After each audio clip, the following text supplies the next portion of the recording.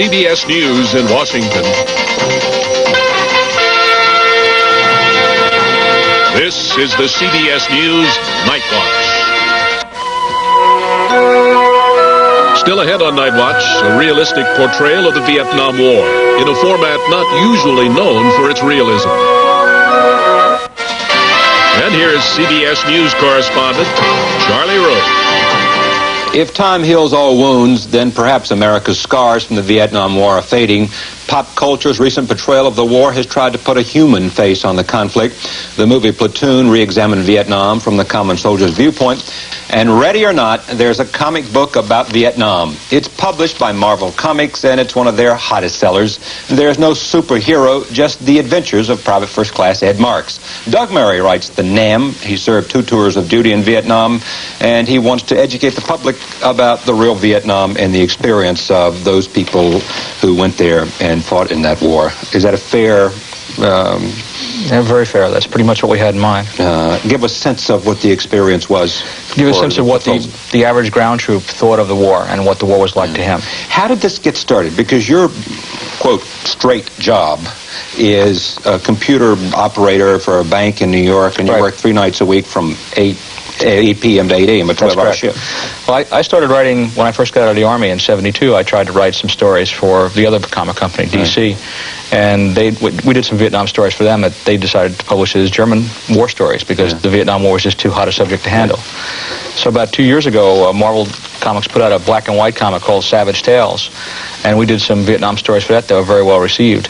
And so what did they say? I mean, you say, here I am, and I've got a great idea for you. I don't want to write these comics. Pretty much. At the Christmas party that year, one of the artists approached the editor-in-chief and said, why don't we do a whole comic about the Vietnam War? And I was asked to do a prospectus on how to do it, and I came up with a concept that became the Nam comic that appears now. What's interesting about this, as we noted in the introduction, is that Ed Marks is no Rambo.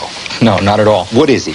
He's a naive young man who drops out of college and gets drafted and goes to Vietnam without any idea what the war is like, because the only background he has is what's in the TV and radio of the day, which is not very much in 1966. So he's a reflection of the common experience rather than the extraordinary experience. Precisely. He's the reflection of the common man and what it's like for that 19-year-old kid who first goes into war and what it feels like to him.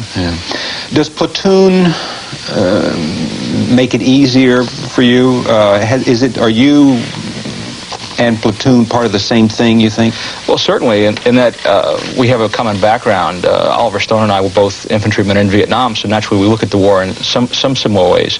My view of it is a little more positive than his view. He's looking at the negative side, the My Lai side, and I'm looking at the positive side, which is the average trooper's point of view and living through the war and going home. But he's looking at more than just the My Lai, don't you think? I mean, I know you feel strongly that that's just the negative impact and that everybody there is a killer, and you have said before that if one of your soldiers killed a Vietnamese woman, you'd shoot him. Well, if we'd taken over a village and one of my troops, and I was a platoon sergeant there, I caught him raping a village woman, I would have shot him on the spot. Shot him right on the spot? Right on the spot. You're saying you would have done that yourself in the war, not your character in the comic book? Absolutely. Myself in the war. Yeah, and what would have happened to you if you did that? Hard to tell. It depends on how the other troops felt about me, because it's a discipline problem. If you took it back to the UCMJ, the Code of Military Justice, the odds are the guy would have gone to prison.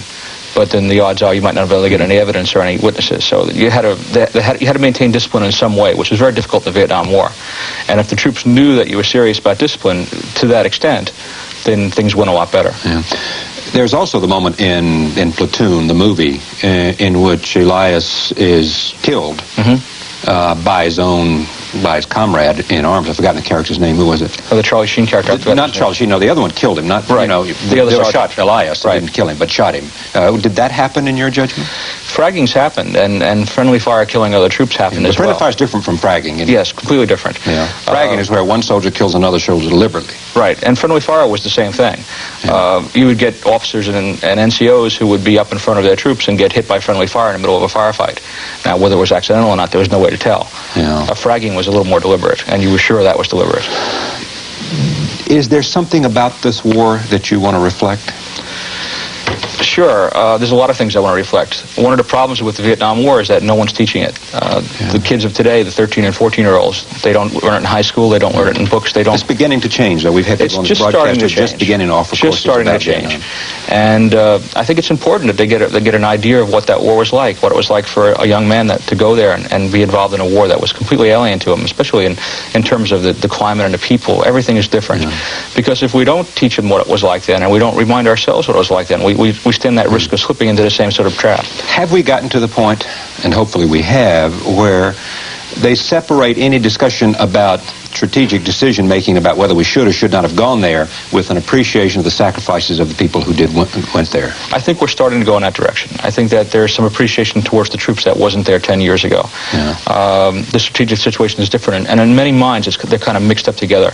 And I think there's still some resentment about the troops, even though that's changing and it's getting lighter.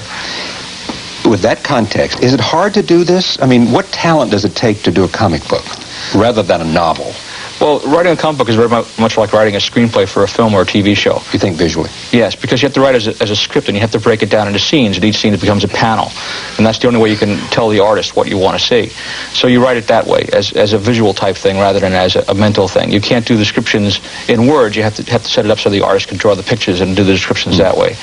The hardest thing to do is kind of get the way the people are thinking without actually doing the dialogue in word balloons and telling you what they're thinking. I think that's unrealistic, so I try to avoid it wherever possible. We try to show the way people react by the way they act rather than the way they think. What's the hardest for you? Is that the hardest part for you? The hardest part for me is trying to separate off the politics. I don't want to give the book a political view. I don't want to impose my own political view on the book, so I try to make it as non-political as possible and only deal with the politics as they reflect on the characters. This is a small footnote to this story. Are you going to make a lot of money with this? There's no way to tell. I get paid a set figure every month when I turn in a script. And then there's a royalty situation at Marvel where, depending on sales, I get certain royalties. I have yet to get a royalty check. It takes 9 Do you have some idea that there's a big market for this, that it's selling, that Platoon, Vietnam, that all the things that are happening in our culture mean that this is going to be a success? Well, so far it has been a success. I know that the first issue sold out. I know that the second issue sold out. I know we're selling fairly large numbers on the issues following. I know they're about to do a reprint in a square-bound paperback form of the first 4 issues that should be out any day, so that's an indication that somebody's out there buying it.